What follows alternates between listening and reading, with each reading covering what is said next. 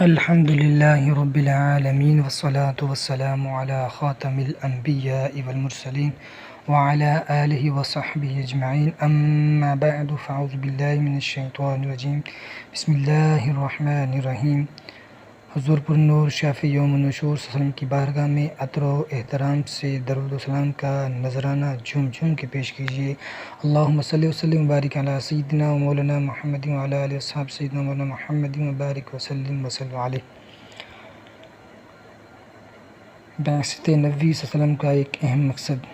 برادران اسلام مصطفیٰ جان رحمت صلی اللہ علیہ وسلم اس دنیا میں معلم کائنات بن کر تشریف لائے تاکہ ہمیں کتاب و حکمت کی پختہ تعلیم دے، ہمارا تزکیہ نفس کرے، ہمیں اعلیٰ اخلاق کردار سکھائے اور ان اسرار و رموز سے آگاہی دے جن کا ہمیں علم نہیں۔ اللہ رب العالمین حضور نبی کریم صلی اللہ علیہ وسلم کی اس دنیا میں بعثت تشریف آوری کا مقصد بیان کرتے ہوئے ارشاد فرماتا ہے: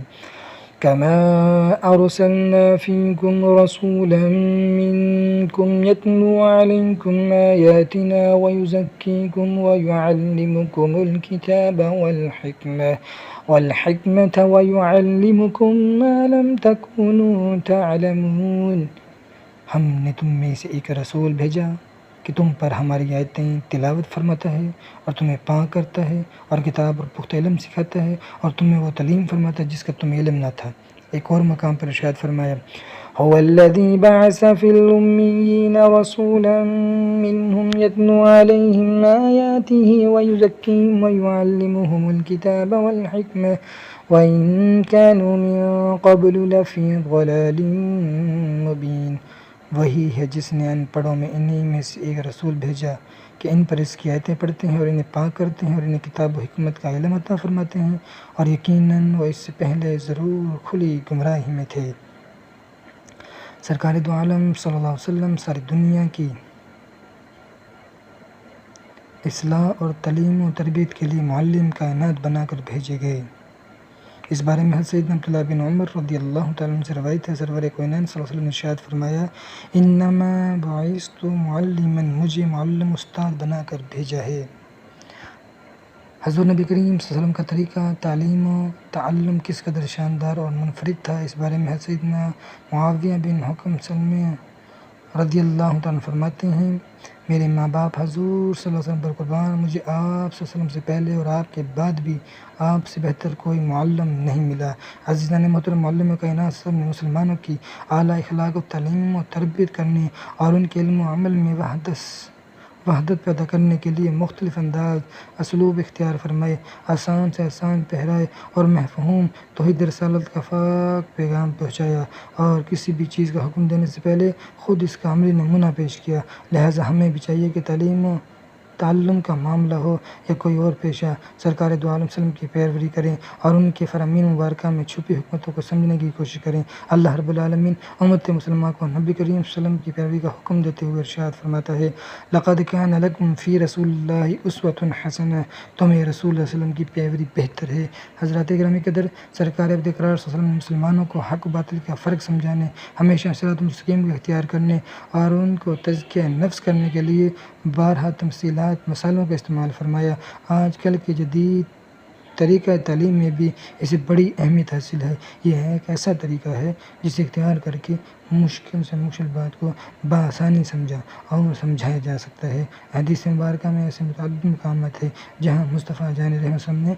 مختلف مثالوں کے ذریعے مسلمانوں کی تعلیم و تربیت کی۔ حضرت سیدنا ابو سعید خدری رضی اللہ عنہ سے روایت ہے، رسول اللہ صلی اللہ علیہ وسلم نے زمین میں ایک چھڑی اپنے سامنے گاڑی، دوسری اس کے قریب اور تیسری زیادہ دور، پھر ارشاد فرمایا: تم جانتے ہو یہ کیا ہے؟ صحابہ کرام نے عرض کی: اللہ اور اس کے رسول بہتر جانتے ہیں۔ رسول اللہ صلی اللہ علیہ وسلم نے مثال بیان کرتے ہوئے ارشاد فرمایا: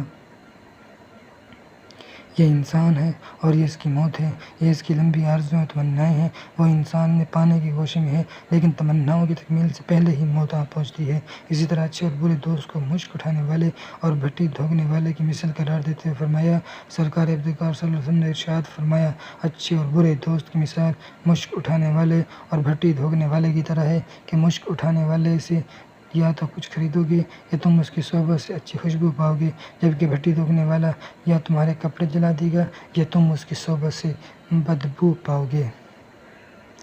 حضرت ذی وقار نبی محتشم صلی اللہ علیہ وسلم نے اپنے اسلوب و تعلیم و تعلم میں بغرض تفہیم بارہا مختلف چھوٹی چھوٹی سرگرمیوں پر مبنی طریقہ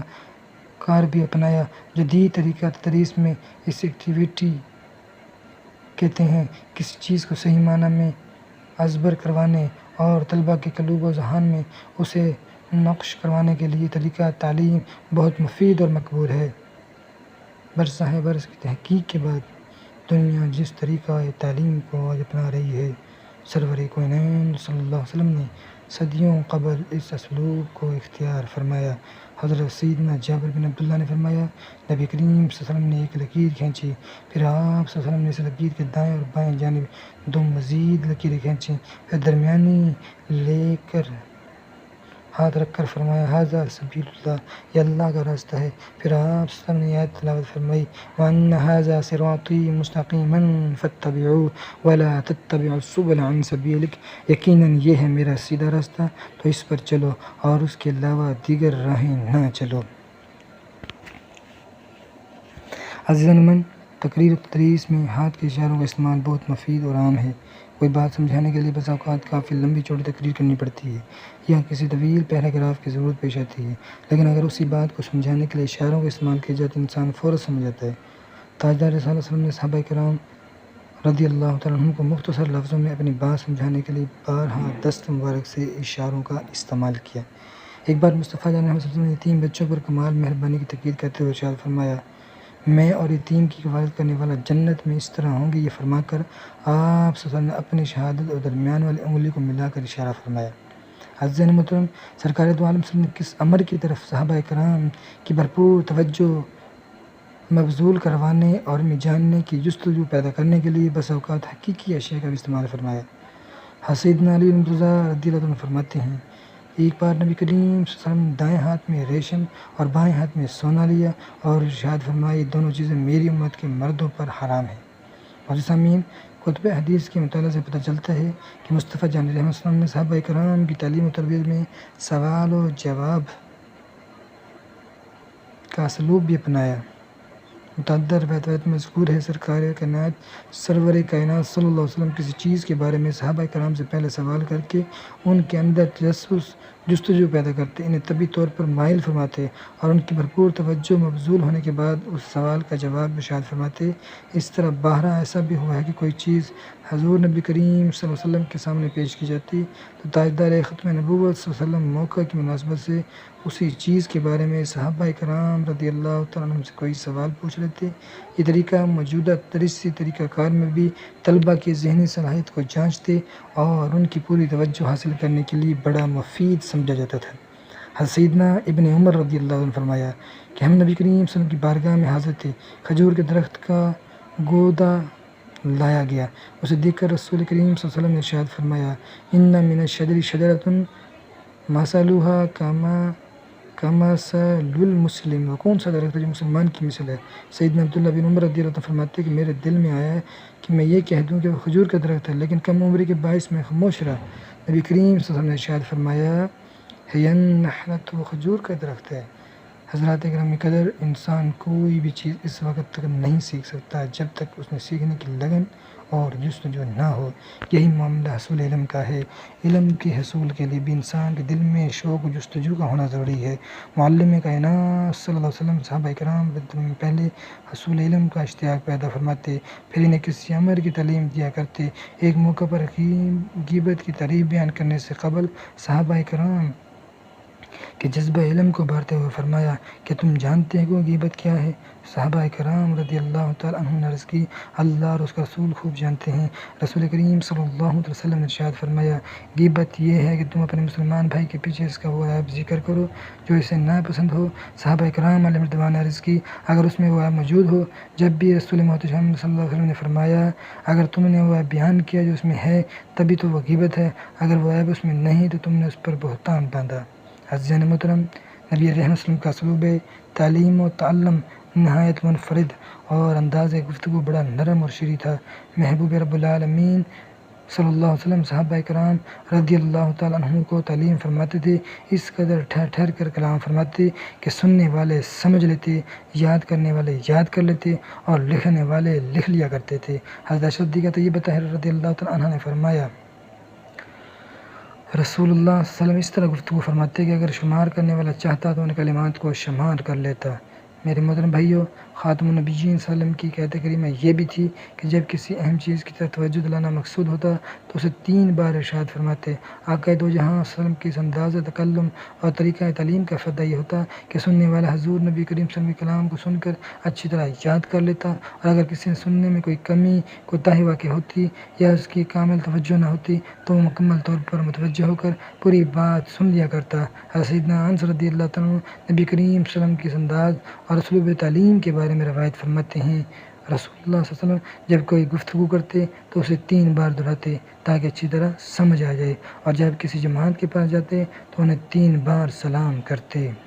میرے عزیز دوستوں اور بزرگوں، ہمارے اسکولز، کالج، یونیورسٹی اور دینی مدارس کے اساتذہ، پروفیسر اور لیکچرار صاحبان کو چاہیے اپنے طریقہ تدریس میں بھی حضور نبی کریم صلی اللہ علیہ وسلم کے منفرد اسلوب تعلیم و تعلم کو اپنائے۔ طلباء کو صرف نصابی کتب کا متن سنانے پر اکتفا نہ کرے، پوری ایمانداری کے ساتھ اپنے اس پیغمبرانہ فریضے کو ساتھ انصاف کرے، اس ذمہ داری کے تقاضوں کو پورا کرے، طلباء میں حصول علم کا جذبہ شوق پیدا کرے، انہیں مختلف سرگرمیوں اور مثالوں کے ذریعے سبق سمجھانے کی کوشش کرے، سوال جواب اور منطقی استدلال کے ذریعے ان کی ذہنی استعداد و صلاحیت کو جانچیے اور پڑھانے کی کوشش کریے۔ اگر کوئی طالب علم سوال کرے تو اسے ڈانٹ ڈپٹ کر یا وقت کی کمی کا بہانہ بنا کر خاموش نہ کروائے، بلکہ اسے نرمی، شفقت اور محبت سے دوبارہ سمجھانے کی کوشش کرے۔ لیکچر میں جو بات زیادہ اہم ہو اسے 3 بار دہرائیں تاکہ طلباء کو موقع پر ہی ذہن نشین ہو جائے اور اسے بعد میں رٹنے کی ضرورت پیش نہ آئے۔ اے اللہ، ہمیں دعوت و تبلیغ اور